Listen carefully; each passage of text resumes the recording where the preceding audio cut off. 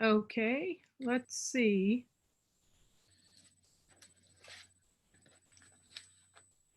Can you hear me? Yes. Oh, good. Okay. Okay, so again, we'll wait another just minute or two to make sure people who are coming have come. Any questions or comments or anything while we're waiting? Any issues? Yeah, is it Arum?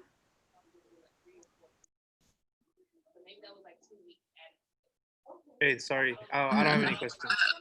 No, AHROM. Oh, okay. Yeah. This is my son's name. I have to change. Oh, I see. What? I'm sorry. Your name is Baharak. Oh, right. Okay, Bahara. Yeah, I have to change it. I have a question. I ordered a camera. Yes. That is Nikon D as a dog 3500. That will be perfect. Oh, thank you. Yeah, perfect for the class. Yeah. Yeah, and one more thing. Sorry. Yeah. I ordered the book, but this is the used book, but they send me the 7th edition. Is that okay? You know what? That's a different one, which will be fine for this class. So that one is, it says a short course. So it's a smaller book. And that is fine. That's fine for the class. And it has different editions. So that one, that one probably is fine. The 7th edition for that is fine. It's the big one that I think is in the 13th edition. Yeah. Okay, so that's fine for the class. Thank you. Yeah, that'll be great. Thank you. Absolutely. Any other questions, comments? I was looking, maybe it was Bahara asked me to look at smaller camera models that would be okay for the class. So the really cheap ones aren't as good because you can't control the shutter and aperture, which I think we'll talk about today. So the cameras that are kind of in the unfortunately $300, $400, $500 range that give you more control. So the 3500 is really good compared to that because it is an SLR camera. So that's great. And again, you don't have to have an SLR camera for this class, but I would like you to have a camera that allows you to control the aperture and shutter. Right. Thank you. Okay. I think that was me that asked that last time, and I ended up finding. Oh, okay. Found a Rebel something. Who is that? Sorry. Me, Anna. Oh, great. Okay. Yeah. Kevin Rebel. Yep. You know what it says, Anna. Your name says Anna, so. Because that's my name. Anna. Oh, fair enough. Okay. So which one do you have? Sorry, which Canon? It's a Rebel T1i. Great. Yep. Yep. D. I forget, D something, D3000, something like that. Something D. Yeah, I got the manual over here. It's somewhere. Fine. That's fine. Yeah, it has all the features, so it'll work. Great. Perfect. That's perfect. Okay. Well, I think most of us, well, I shouldn't say that. Maybe half of us are here, but I would guess that most of us who are going to be here are here. Hello. Yes? I said hello. Question? Hello. I can't see you, but if that's as you want it, that's fine. It's dark in my room. Oh, hello. There we go. I see that many of you don't want to be seen, which makes me a little sad, but that's entirely up to you. No, not you, but many I see are not visible to me. But that's your choice. As long as you can hear me.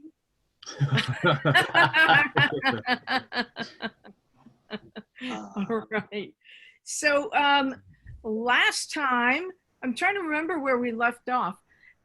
We were talking about the camera. File types. File types, thank you. And we did discuss the file type. Yes, we did. We did. Mm-hmm.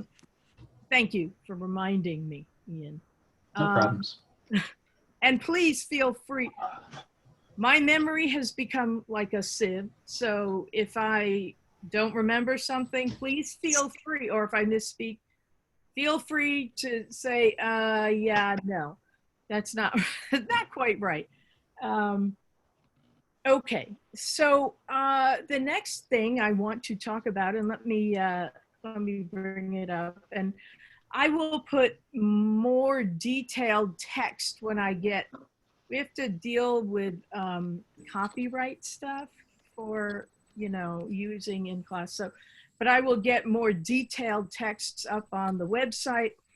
So meanwhile, you have my somewhat idiosyncratic, I guess, class notes. But hopefully my talking about things also will make things clearer. And again, I will post these recordings on, hopefully on Canvas. So let me just bring up these notes. Let's see here. And get rid of this. Good thing you can't see my messy desktop. It's just pretty bad. I have a tendency to leave many windows open because I'm afraid I'll forget what I was doing if I close a window, which is kind of sad, I know. Same. Oh, good, I'm not alone. Oh dear. So let me just get this up here. All right, I think I've got that. And now I need to get back to you. Okay. So let's see here.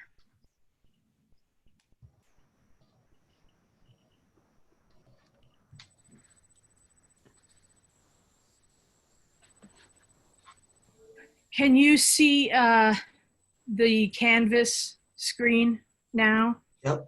Okay, good. So I've loaded some things and, oh shoot, and that didn't load. Well, that's not helpful. All right, just one moment. Okay, I'm back for a moment. And let me go to this other thing.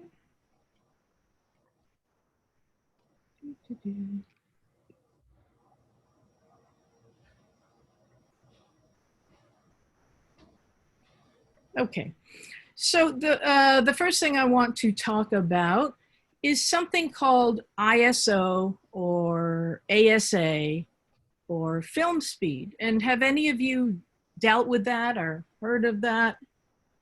Anybody? No? No? I hear Okay. about it all the time, but I've never looked it up. Okay, fair enough. That's why we're here, right? I mean, in part. So the ISO or the ASA, also known as film speed, tells you how sensitive the film or the digital sensor is to light. So film, we said, is a piece of plastic onto which a light sensitive silver emulsion has been coated. So gelatin has been taken and sorry, I think there are people who want to enter anyway, sorry, gelatin is taken and this silver compound is dissolved into it. And it's sensitive to light, so it darkens upon exposure to light. And so at that point, everything has to be done in darkness. But the more silver the film contains, the more sensitive it is to light. And the less silver it contains, the less sensitive. And what this means is that when there's more silver, the film responds more quickly to light exposure, which means that you need less light. So I've given a list of numbers here, and these are the ISO or ASA ratings. And ISO stands for International Standards Organization. You don't have to know this. ASA stands for American Standards Association, and they're groups that quantify things, that put things in order. And so these numbers, the sensitivities have been put in order and given number or numerical values. And so for those of you who have used film, maybe you've noticed that on the film cassette, there's a number. So Kodacolor is color print film, Kodacolor 100 or 200. And that number refers to the ISO rating or the film speed, which in turn indicates to you or the camera how sensitive the film is to light.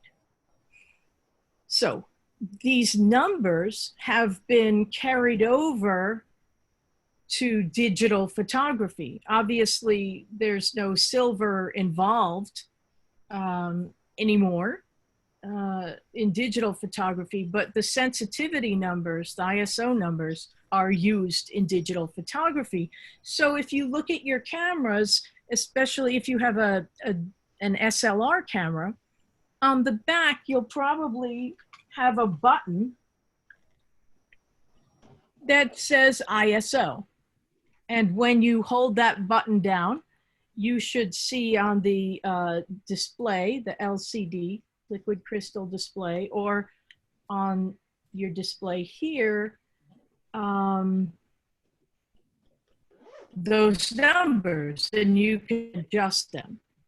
With film, you have to physically change the kind of film you're using in order to change the sensitivity. And so you use different sensitivities of film or different ISO ratings in digital photography in different lighting situations. So a low sensitivity rating, like 50 or 100, and again, with film, that means there's less silver, but a low sensitivity rating requires a lot of light. Because it's not very sensitive, you need a lot of light coming in to make an exposure or an image that is properly exposed, that has the correct amount of light. So it's neither too dark nor too light. As the sensitivity increases, as the numbers go up, the amount of required light will decrease. So as the numbers get higher and the film or the sensor gets more sensitive to light, you require less light. So you would use a lower rating, and these are called, since it's film speeds, you might say a lower speed. You would use this sort of rating, 50 or 100 or maybe 200, in a situation where you have lots of light. So today, outside on, at least here anyway, it's a beautiful, bright, sunny day with lots of sunlight. So because you have so much light, you don't need to use a setting that has, a sensitivity that requires a very little light because you have lots of light. So you would use a less sensitive rating when you have lots of light. If you're in a situation that has very little light, let's say you're in a club or a bar, and it might be inadvisable for you to use flash. You know, people might not be too happy if you start flashing. In that sort of situation, excuse me, you would use a rating or a setting that is much more sensitive. So a higher number or higher speed. So maybe 1600 or 3200 for film, and modern digital cameras go much, much higher than films did. The highest speed film that you could get is 3200, but modern digital cameras go up to at least 51,200 and some of them more than that, which is a huge advantage if you are photographing in low light situations. So any questions thus far? Anybody? Okay.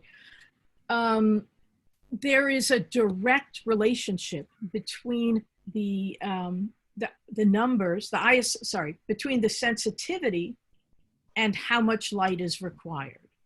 So in general terms, again, the less sensitive the rating, the more light is required. And the more sensitive the rating or the film, the less light is required. Specifically, and this you need to know, the relationship is inversely proportional.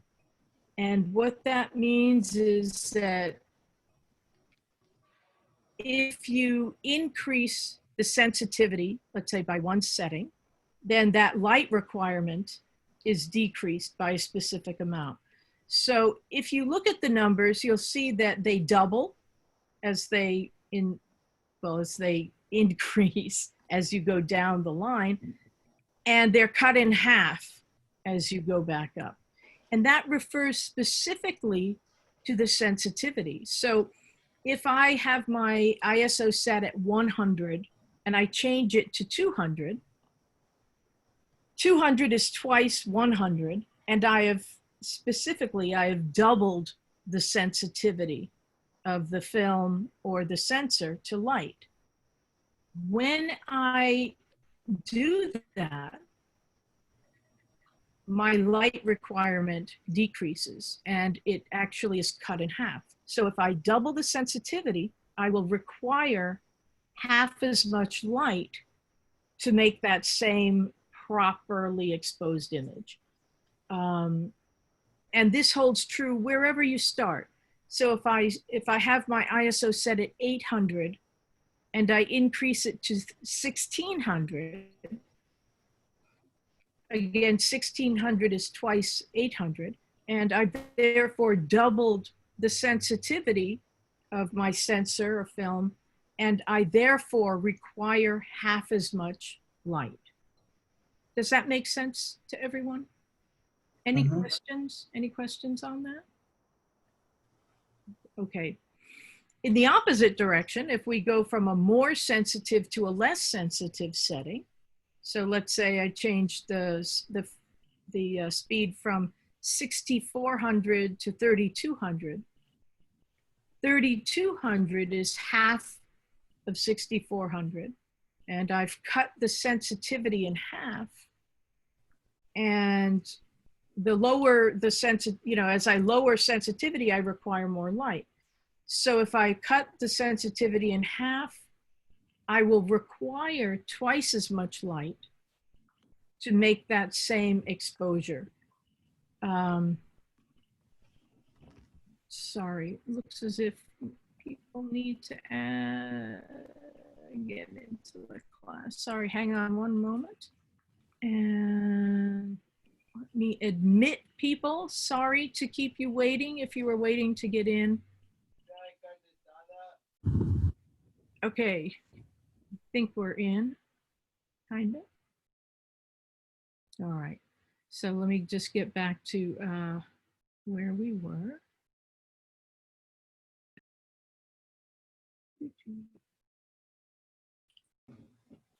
And again, it doesn't matter where you start. It could be at 2,500, 25,600 or 400 to 200.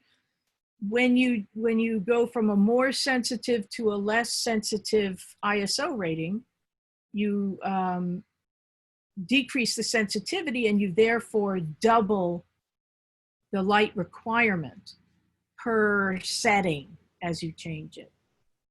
Okay. With film, when there's more silver in the film, so the higher speed films, you can actually see the grains of silver.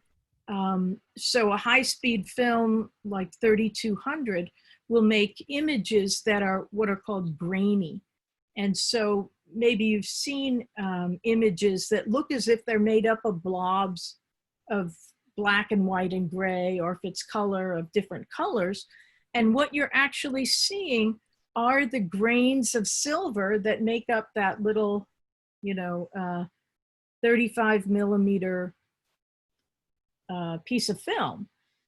And when you blow them up, when you make them bigger, so let's say you make a big print, you don't increase the amount of information, you just increase the size of that information.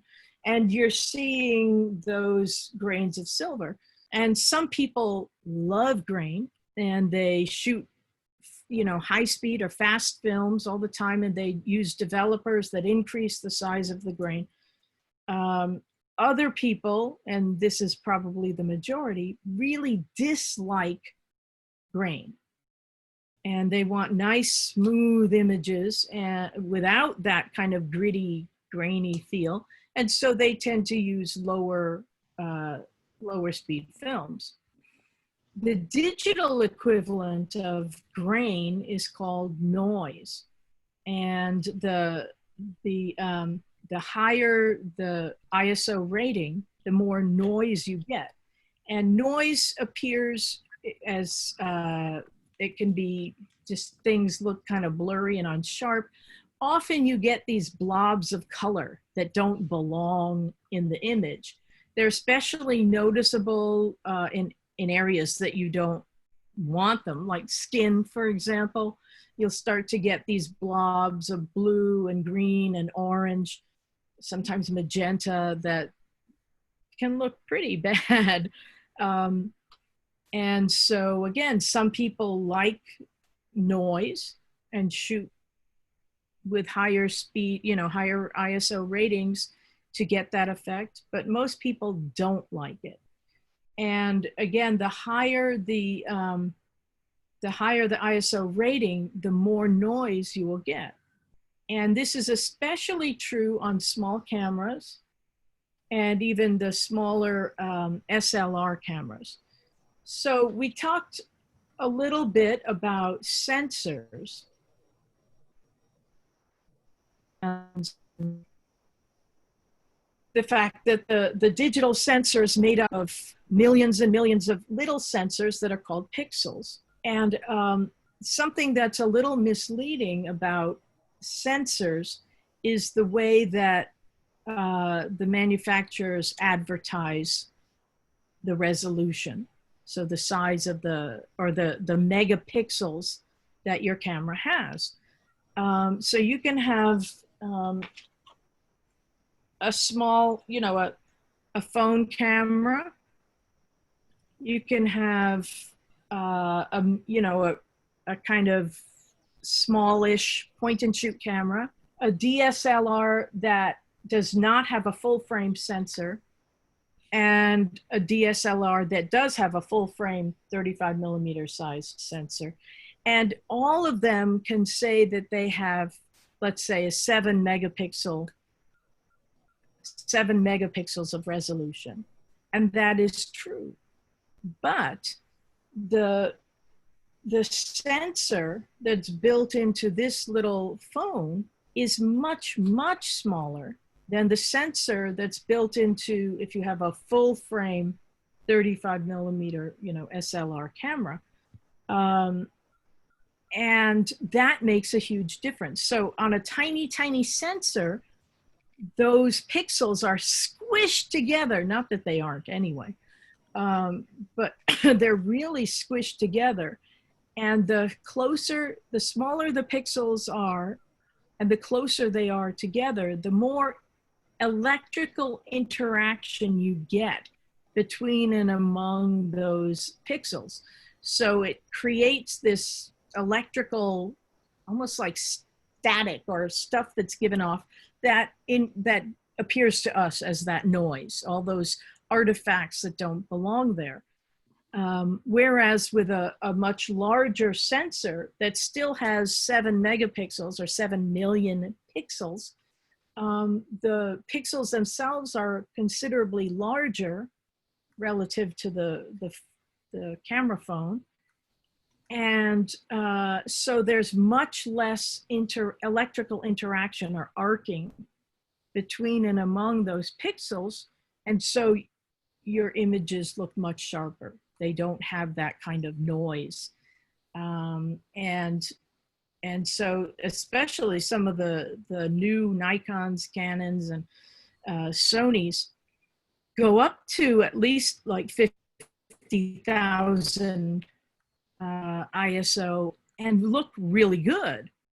Whereas, my camera, this older, not a full frame sensor SLR, starts to look kind of, it's noticeable at 400 and above. So that is something to pay attention to when you buy a camera, and what you're concerned with. So if you know that your images are never going to leave the computer, that they're never going to be blown way up, you can get away with a smaller sensor and the noise that you get with higher sensitivity ratings.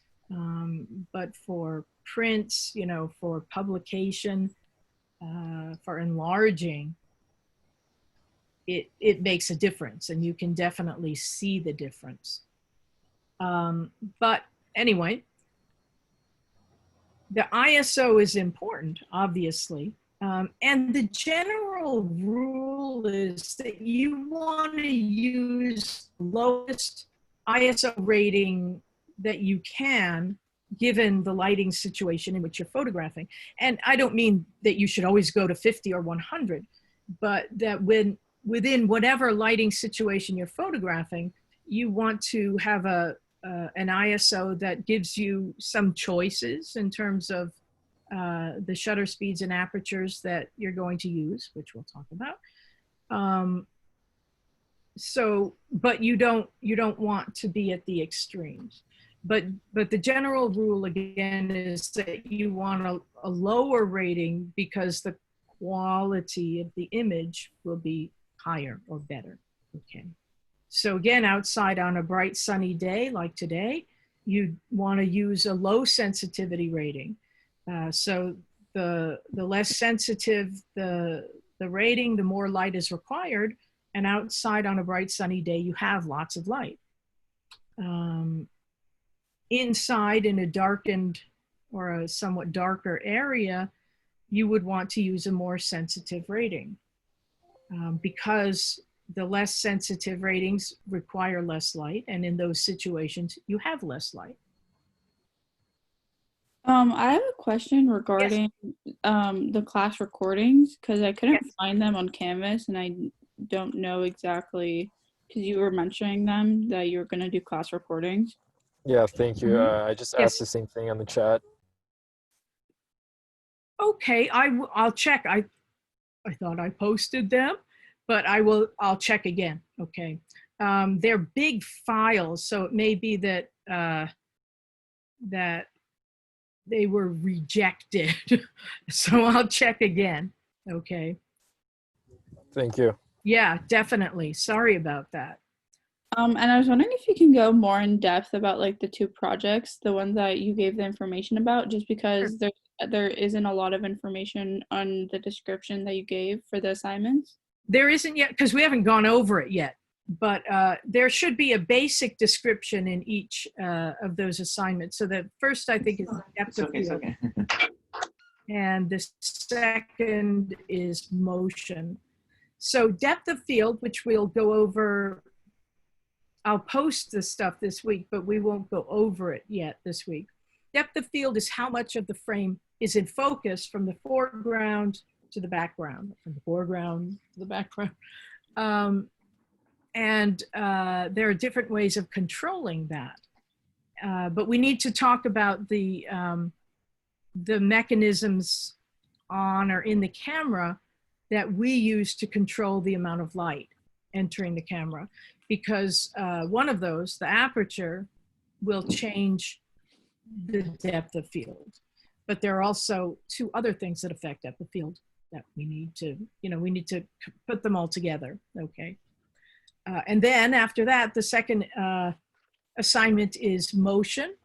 And so I'm sure you've seen images where motion is frozen midair or motion is shown as a blur.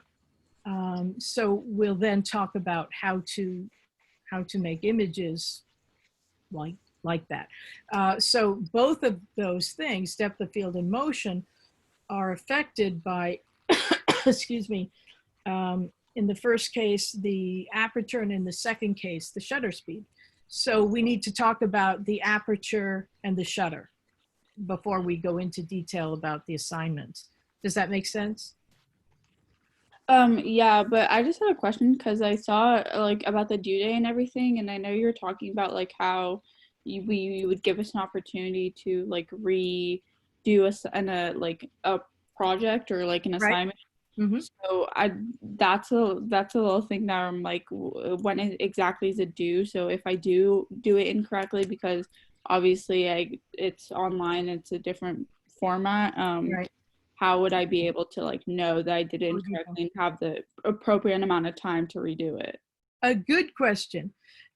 So you know, when you go to the assignments, it says, it gives the assignment, then there's a little button at the top on the upper right where it says submit assignment. And so you upload your images to Canvas, where I can then see them and grade them and make a few pithy comments about your images. So when I've graded your images, your assignment, you should be able to see the grade and the comment or comments. And if you're unhappy with your grade, you can talk to me, of course, and based again on the strength and validity of your argument, I may or may not change your grade, but you may redo the assignment for a better grade. And so obviously you'll need to do the assignment, and I will have to grade it before you know if you want to redo it. Right. Does that make sense? Yeah, thank you. Mm-hmm. And feel free to email me if you have further questions. All right. I have been, Sorry, you're breaking. the last week or so, our internet in our neighborhood was all screwed up, and now it's saying right now your internet connection is unstable. So we haven't had internet or phone, unfortunately. So I'm hoping that we are better or okay now. AT&T has been out 3 times, but let's see.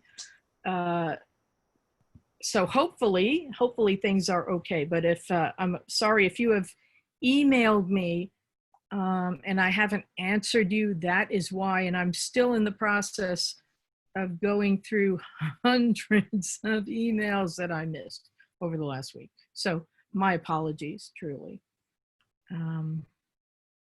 Okay, any questions? Anybody?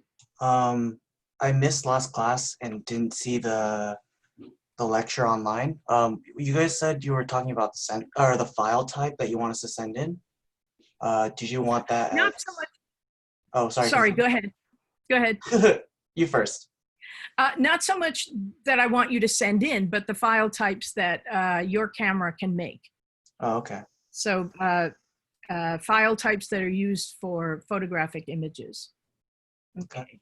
And that is, I believe, already on Canvas, the descriptions of those. But again, just to reiterate what we talked about last time, your cameras can make different types of files. All of them make JPEG files, which are the most commonly seen file types for images. And those are pretty much universal for images. But many cameras can make what are called RAW files as well. JPEGs are what are called lossy, and so a certain amount of information is dumped when the file is made to make the file smaller so you can take more pictures. RAW files don't dump any information, and so it's nice to have that, you know, all of the information that was there, but because they are raw, they have not been organized into a file format. And so many applications, many programs can't read them.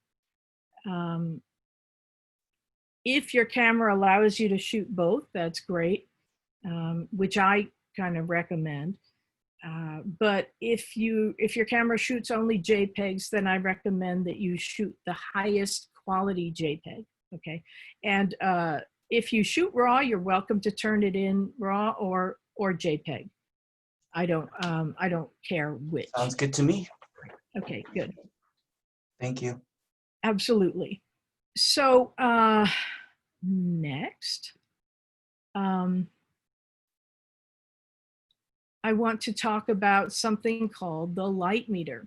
And the light meter is a mechanism that is built into the camera that has a sensor called a solenoid that reads how much available light there is, and then takes that information and the ISO rating, whatever you have set your camera to, and based on those two pieces of information, tells you or your camera how much light is required to make a proper image in that situation. And by proper, again, I mean properly exposed, neither too light nor too dark.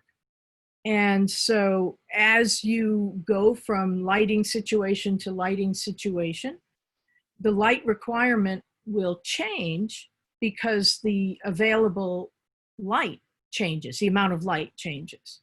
If you change the ISO rating, then the overall amount of light that is required will change, because when you change, again, when you change the sensitivity of the sensor or film, then the amount of light that is required will change, okay? So the light meter, let me just bring this up here.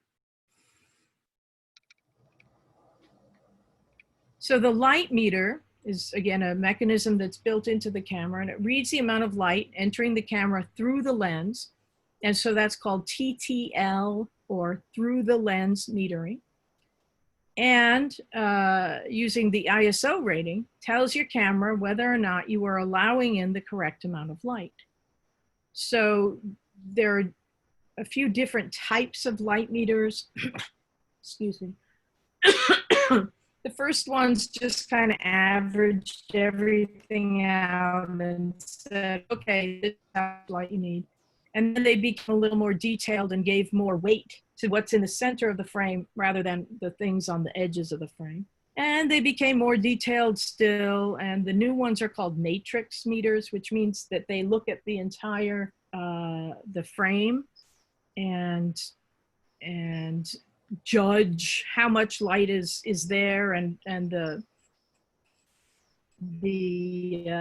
requirements, the light requirements on a much more detailed level. So that's what our our light meters are generally set to. Most cameras give you an option. options there, but the default will be the most complex type of meter. You may notice that your camera has something called a spot meter. And spot meters select a specific area in the frame, not just the whole frame, but let's say you just wanted to expose correctly for or you wanted to know how much light was required for my forehead. If you set the light meter to spot, then it would just give you a meter reading for this area or wherever you pointed it. In general, you don't want to set the light meter to spot, because if you want the camera, if you want everything exposed correctly overall, the spot meter won't do that. Meters have different displays depending on the camera that you use. And it may appear, if you have an SLR, it'll appear in the eyepiece and on the display, the LCD. Some of them are very basic. They have a center button that it may illuminate green if your settings are correct. You may get a minus sign if you're not letting enough light in, a plus sign if you're letting too much light in. It may be more detailed in terms of how much light. You may have numbers, or you may have hatch marks that illuminate the more you underexpose or overexpose. But in some way, the light meter will let you know whether or not you're exposing correctly. Now, if you always have your camera set to automatic, the camera does everything for you, and you may not even see a light meter display because you have no control over it in that case. And we'll talk more about the modes that you can shoot in a little bit. Okay. So any questions on light meters or ISO or anything else? Let's be on canvas later on. This already is on Canvas. Sweet. So I'm looking at Canvas right now. So this is in, it's a page, but it's in modules and under the basics module. And it's my class notes, CETUS class notes, ISO, ASA, and the light meter. Okay. Okay, thank you. Definitely. Oh,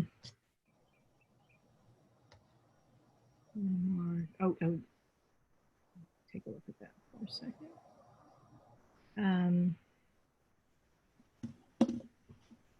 So here's a list of, some camera settings, modes, file types, etc. That are not in my handwriting. So I can't imagine you wouldn't prefer typewritten stuff. Here it is. And a couple of different types of small format cameras.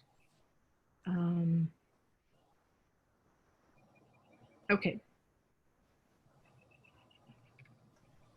Lenses. I don't think we talked about lenses yet. Is that correct? Except in the most general of terms.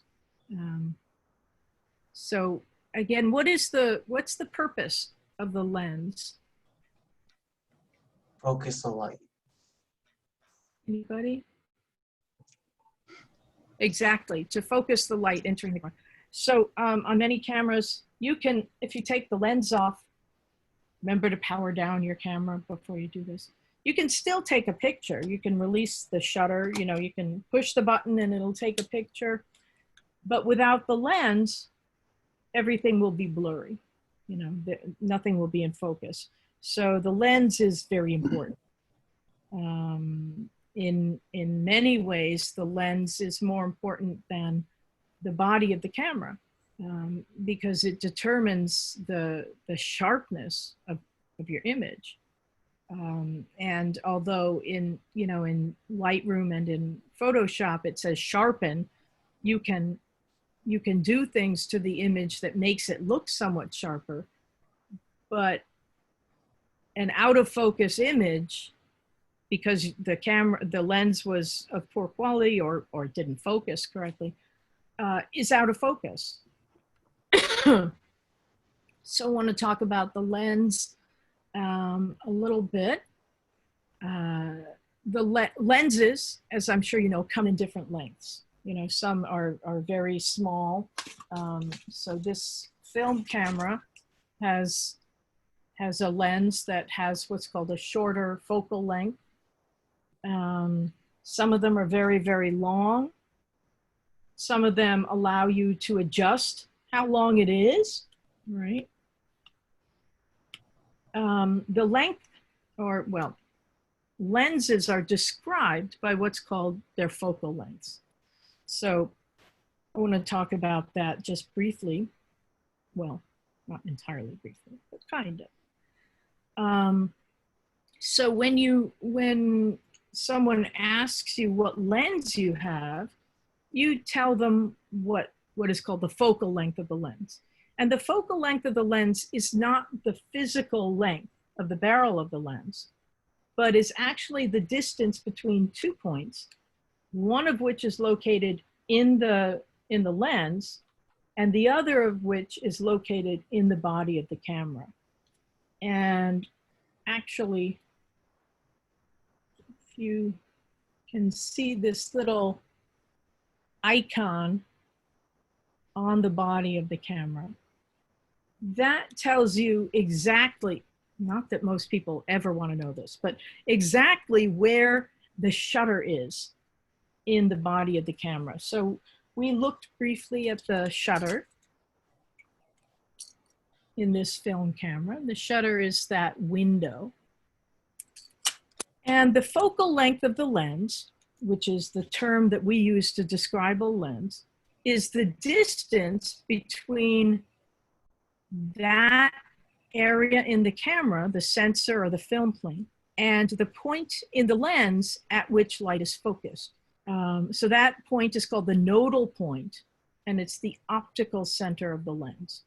So when light enters the camera, it enters, you know, you're looking at reflected light. So the light that's reflected by your subject enters the camera through the lens, and at one point in the lens, the nodal point, the light is focused. So it crisscrosses, and then continues back into the body of the camera.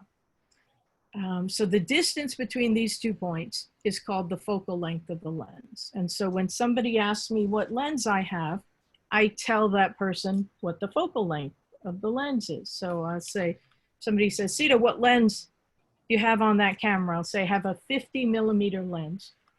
And I know that because it is printed here somewhere on the ring around the outer element of the lens. And on newer cameras or newer lenses, it will also be printed on the barrel of the lens. So lenses come in many different focal lengths, hundreds of focal lengths, but they fall into 3 main categories based on how much information you can see. So based on the angle of view. Wow, my arms look really weird that way, don't they? So when we look out into the world, we have a range of vision, and within that we have a central portion of our range of view, and that's the information that we see without having to turn our heads, without even having to really move our eyes around much.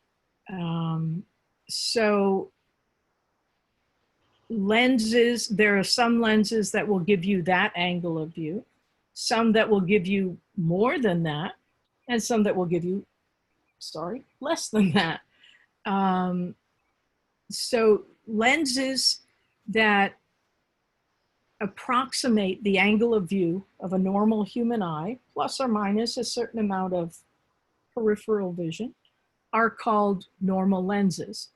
And they're called normal lenses because they approximate the angle of view of that of a normal human eye. Normal meaning when, you know, you may need glasses, but your eyes are intact and your your optic nerves are functioning.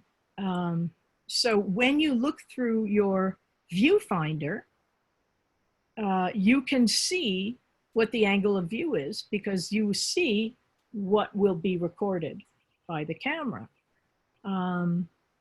And so again, normal lenses or lenses that fall within this category approximate what you would see or you would be seeing without the lens. Let me just see if there are people needing to get in. One person. Okay.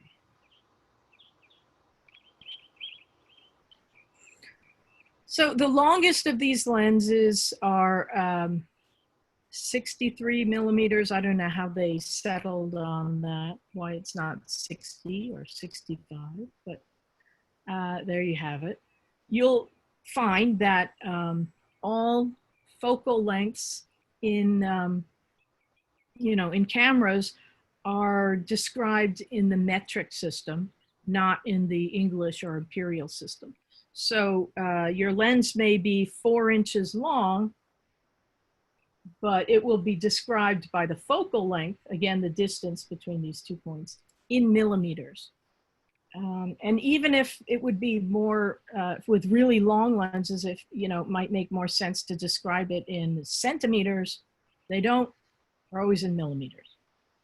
So normal lenses fall within these parameters, from 63 millimeters down to about 35 millimeters. Hmm. The most question or comment? Yeah, I can't find the millimeters on my A6000. It's a kit lens, automatic focus. It says 3.5-5.6/16 to 50. So 16-50 are the focal lengths. So that is what most of us use, and that's called a zoom lens. And a zoom lens incorporates more than or many focal lengths into one lens. And we'll talk about those in a couple minutes. So most of us do not have what are called fixed focal length lenses anymore. And that's what this is, just one focal length. We have lenses that allow us to choose among many focal lengths. So yours is 16-50. Okay, and then so the symbol of like that symbol with the 0 with the line through it. Yeah. Mine has 40.5. Is that, what does that mean? That's a good question. So here on the edge of the camera, this one? No, it's on the front of the lens. It says 40 point, oh, that's telling you what the diameter of the outer element. And that's if you want to buy filters. I see. To put on the outside. Okay. Okay. Thank you. Absolutely. So the most commonly, in the past, the most commonly seen lenses were 50 millimeter lenses. And if you were to buy a camera that came with a lens, which most of them did, they almost invariably came with a 50 millimeter lens unless you specified. And 50 millimeter lenses give you a normal angle of view. They do go shorter, and so the shorter the lens, the more information, or the wider the angle of view. The longer the lens, the less, the narrower the angle of view, and so the less information you have. So the shortest of the normal lenses is the 35 millimeter lens, and that in our head should be differentiated from 35 millimeter photography. So 35 millimeter photography refers to the format of film that was used and is the basis for our digital cameras. So again, the full frame sensor on a digital camera has the same dimensions, 24 by 36 millimeters, as the 35 millimeter piece of film. 35 millimeter lenses have a focal length of 35 millimeters. Okay. So again, the shorter the lens, as the focal length decreases, the wider the angle of view, the more information you can see. And so the next category of lenses is called wide angle lenses. And these lenses give you an angle of view that is greater than that of the normal human eye. So, you know, many of us can see almost out, way out to the edges, you know. But if you do, you know, if you look straight forward and hold your arms out and wiggle your fingers, for example, you can sense, or I can sense anyway, there's motion out there. But we really can't see specifics very well. Forms, like who a person might be, details, colors we don't see as well on the edges.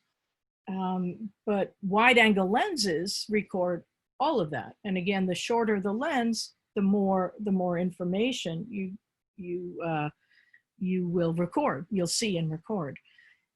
So if you've ever seen an image that, let's say it's full of people, and on the edges of the frame, the people are kind of stretched out like that, like a Gumby. That image was made with a wide angle lens, a really short lens. And what you're seeing there is a kind of what's called distortion. That is something that's not normal, a kind of distortion that you get with short lenses. And the shorter the lens, the shorter the focal length, the more of this distortion you get. And it's called barrel distortion. As you know, barrels are convex, they bulge out. And that's what happens to the light as well. So the light at the edges of the frame is bent. And again, the shorter the lens, the more of this bending or stretching you get. Some people really like that effect, the barrel distortion, and use short lenses, wide angle lenses, for that reason, and because you can record a whole lot of information. Other people hate it, again, and use longer lenses that don't give you that kind of distortion. Have any of you ever heard of fisheye lenses? Anybody? Yeah. What have you heard about them? Yeah, I If use any- it sometimes. Gives you like a very wide and like rounded shape. It's kind of weird. It's It nice. is. It's I use a weird. lot in like skate videos and stuff like that. What's that? I use a lot in like sports videos and stuff like that. Yeah, exactly. Gives like more of a wide up close and more of like a yeah. Yes. Yeah. So fisheye lenses are funny looking lenses. They bulge out at the end. So I have a little bad drawing here. That's a little obscene, but anyway. So they bulge out. So they look kind of like fish eyes. And then if you think of most fish, they don't have eyes at the front of their heads, but on either side. And so this gives them like a 180-degree view, pretty much, like a straight line. And a fisheye lens will also give you about 180 degrees of view, depending on the focal length that it is. So you get this extremely wide angle of view with extreme distortion. So everything looks really stretched out and weird at the edges of the frame. Okay. So that's a kind of specialty lens. But in general, the shorter the lens, the more information you will record, the greater the angle of view. Any questions? Okay. Yes, question. By information, do you mean just by like how much you can see, or like data wise? Well, it ends up being both, but what you can see. So you know, the central portion of my vision is about like this.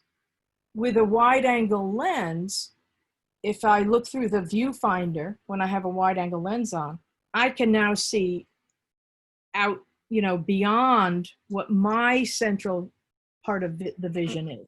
Okay, I got Does that make sense? Mhm. Okay. All right. Okay. The third category of lenses is called a telephoto lens. And telephoto lenses are the opposite of wide angle lenses. They're longer rather than shorter. They're longer than normal lenses. And they give an angle of view that is narrower than my or our normal angle of view. And so the longer the lens, the narrower the angle of view. And the effect is that of magnification. So let's say you're looking at me, right? And back here is kind of a normal angle of view, but you just want to make a photo, you know, an image of my eye. And let's say either you cannot physically come in close, or it would, or maybe you don't want to invade my privacy. But you still want to make an image just of my eye, you can use a long lens. And so the narrower the angle of view, the more it appears to come in closer and closer and closer to a specific area in your total field of vision. So there are many, many, many different lenses that, you know, of different focal lengths. If you look in the listings of a photo store, it's kind of astounding how many lenses there are. But again, they come in different focal lengths. And as the focal length, again, the focal length increases, the angle of view decreases. So a 1000 millimeter lens, which is a long lens, has an angle of view of about 2.5 degrees, which is tiny. And that's as opposed to the fisheye lens, which has 180 degrees of view. These lenses are physically really big, and they require their own stabilization, or tripods or monopods. And so they have a little mount or big mount on them for that. So if you put your camera body on a tripod, it would probably just fall right over because of the weight of the lens, but it would also put a tremendous amount of stress on the connection between the camera and the lens. So the lens itself is stabilized. So why do you use who uses long lenses? Sports photographers, certainly. So I'm sure you've seen what is not happening now, but at sporting events, you have a big area, you know, an area where there are, you know, dozens of photographers, all with these huge lenses supported on either monopods, you know, one rod, or tripods. And they're photographing from a distance. So when you see a photograph of Rafael Nadal, one of my favorite tennis players, or Serena Williams, you know, sweat pouring down or holding the ball like that. Obviously, the photographer is not right there on the court, you know, photographing the subject, but is at quite a distance from the subject, from the players, using a long lens to make those images. Wildlife photographers make great use of long lenses because often either they can't physically get in close, or it would be really dangerous to do so. So when you see a beautiful image of a Bengal tiger, you know, with the beautiful detail in the hairs and so on, obviously the photographer was not right there in front of the Bengal tiger in the Sundarbans. it would have been the last, although beautiful, probably the last image he or she made. So that photographer is at a safe distance, maybe behind a blind, using a really long lens. Paparazzi, photographs, stolen photographs of famous people, spying on people or capturing people in situations in which they probably shouldn't be, or shouldn't be exposing themselves in anyway. Those images also, most of them were made with really long lenses, so that, it's kind of shoot and run sort of photography. So many uses, many different kinds of lenses, and they give you different kinds of images. And so the type of photography that you want to do, the types of images that you want to make, will eventually determine, by and large, the types of lenses that you use. Street photographers, photojournalists, tend not to use really long lenses because they isolate tiny things, and then the photographer misses the overall picture. Again, sports and wildlife photographers do tend to use long lenses because they often cannot physically get in close to their subjects. Excuse me. One more thing about lenses, and that is the subcategory of lenses that most of us use, and those are called zoom lenses. And where are my zoom lenses? Well, apparently not right here. So a zoom Maybe lens. refreshing would fix it. What's that? Maybe refresh the page. Maybe it'll show up. Sorry. It's on. I just wrote it down.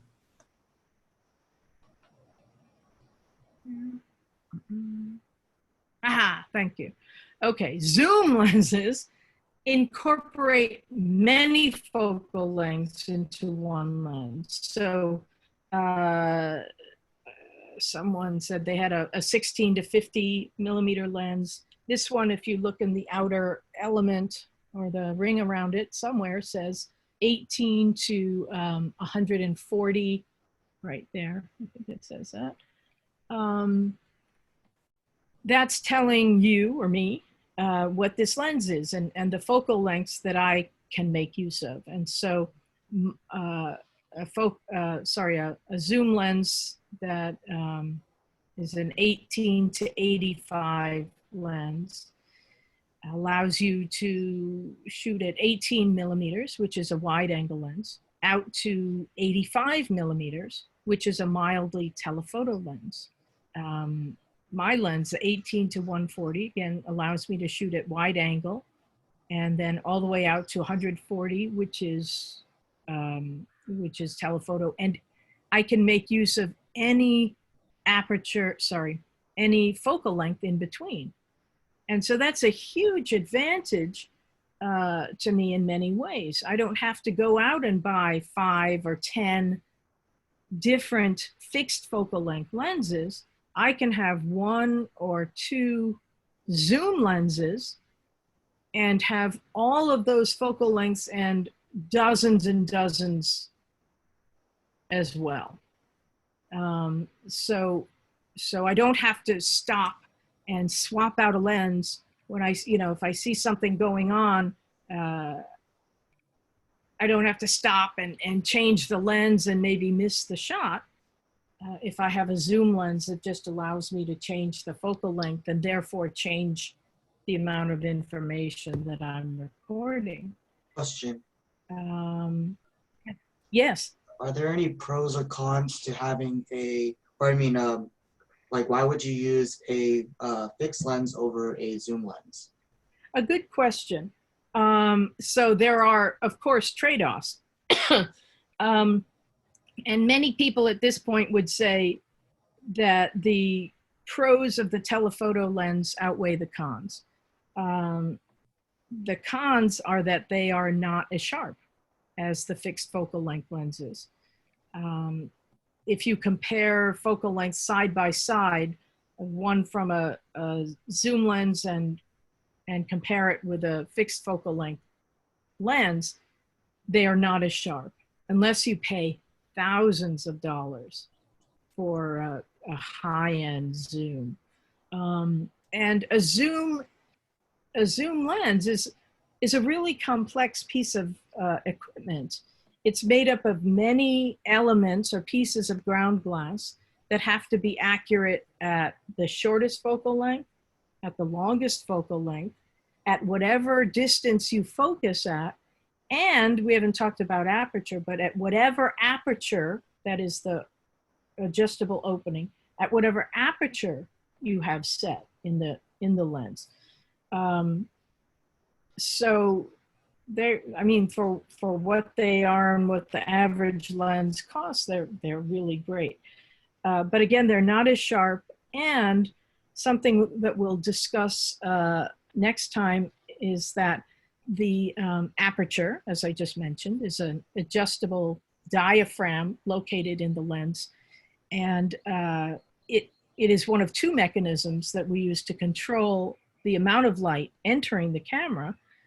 And fixed focal length lenses have maximum apertures that are greater than the maximum apertures on telephoto lenses, on zoom lenses.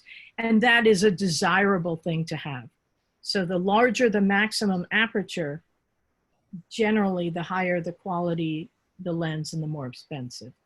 And fixed focal length lenses invariably have greater maximum apertures than the comparable or the corresponding telephoto lens. Sorry, I keep saying that. Corresponding zoom lenses. But for most people, the zoom lenses, the advantages outweigh the disadvantages. Now, for example, sports photographers and wildlife photographers use fixed focal length long lenses. And in part, that is because you almost can't get zoom lenses of that quality that will extend out to 1,000 millimeters. They just, they'd cost probably in the tens of thousands of dollars. Okay. Any questions? Anybody? We're all good? Yes, all good.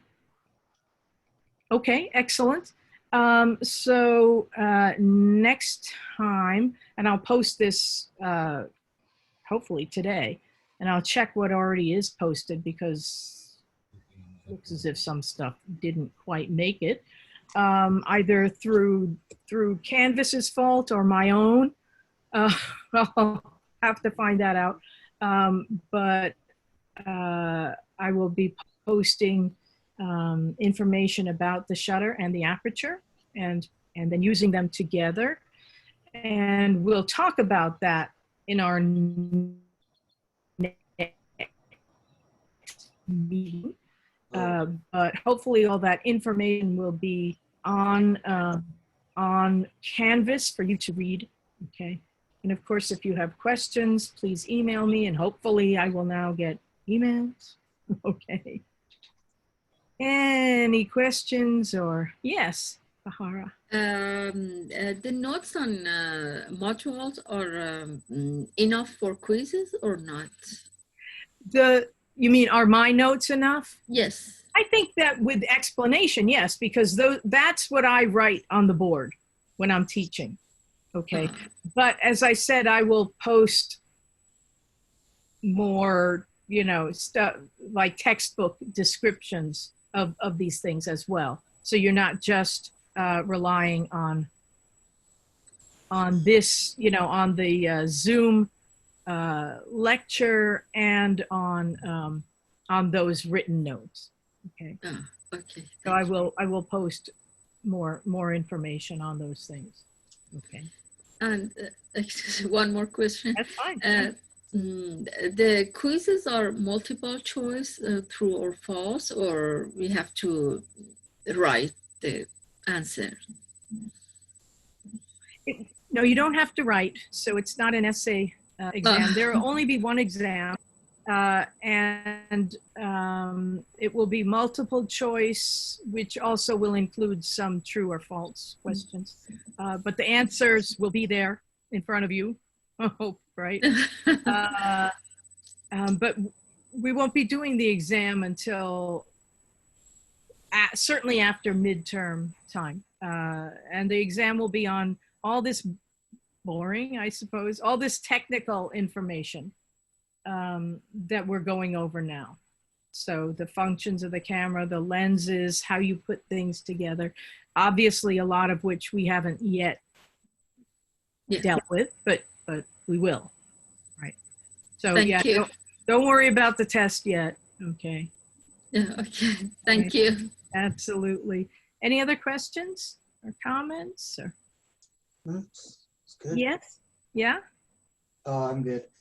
Oh, you're good? Okay. Yeah. All right. Excellent. Well, hopefully we will meet again next Monday. And I again will send out the invitation. And in the meantime, we'll check our Canvas class and make sure the stuff is loaded. Okay. Oh, is there a way we can just access the Zoom link from Canvas itself? I'm hoping so. I thought so, but apparently it didn't load when I loaded or tried or thought I had loaded last week's recording. So I'm hoping that will be the case, that you can just click on it in like one of the modules or one of the pages that are available. But I will have to research further, I guess. Okay. All right, better safe. But in some way or another, I will let you know. You know, you will have access to those in some way. Okay. Okay. All right. Somebody else. Gus, you had a question. No, I did not hear it. Hello? No longer here? Oh no, here. I cannot hear you, although it says you are unmuted. But can you hear me? Everybody can hear me still? Yes? Okay. And it says you're all unmuted, but if you're not able to make me hear you, let me know in some way. Sorry to ask again, but as for our first assignment or our first assignment, we don't have to do that just yet, or no, no, we haven't gone over the information that you need in order to do it. Just don't go outside and start like snapping pictures and stuff like that. Just please do. Go out and make lots of pictures. Take lots of pictures. But for this specific assignment, you're welcome to start. Absolutely. I think that the description of depth of field, and how to change depth of field is in the assignment. yes. But I would like to talk more about what it is and how, all of that. Okay. But you're welcome to give it a try. Absolutely. Thank you. Mm-hmm. So for the depth of field assignment, do you just want us like the 3 components, which was like aperture, what you mentioned in the description? Is that the only thing that you want us to change? It's a little more specific than that. So there are 3 things that affect depth of field, and I want to like take up your time right now because we just haven't talked about a lot of the stuff that goes into this assignment. There are 3 things that affect depth of field, and in this assignment, it will be the assignment's broken up into 3 parts based on those 3 things that affect depth of field. and you'll be isolating those things and keeping the other things constant. But we need to go over that in more detail. Before for the assignment, do you just want us to change those 3 things that you mentioned in here? Because if I want to start taking pictures, then I just want to know that I'm doing it correctly, and I'm manipulating the right components. In terms of depth of field? Yeah. Well, go ahead and read the description of depth of field. And certainly you could Google it or look it up online. But again, we have not yet talked about the 2 mechanisms that we use to change the depth, to change the amount of light entering the camera. And you have to use them together, kind of in tandem. And so I would like you to have an understanding of that before we talk about depth of field. Okay. Okay.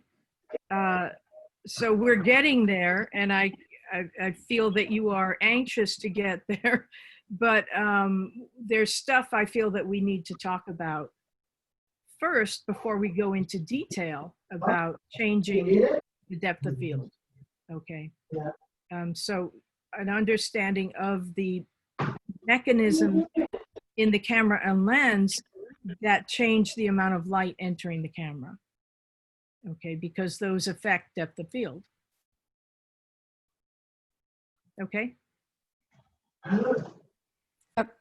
Yep, sounds good. Any other questions, comments?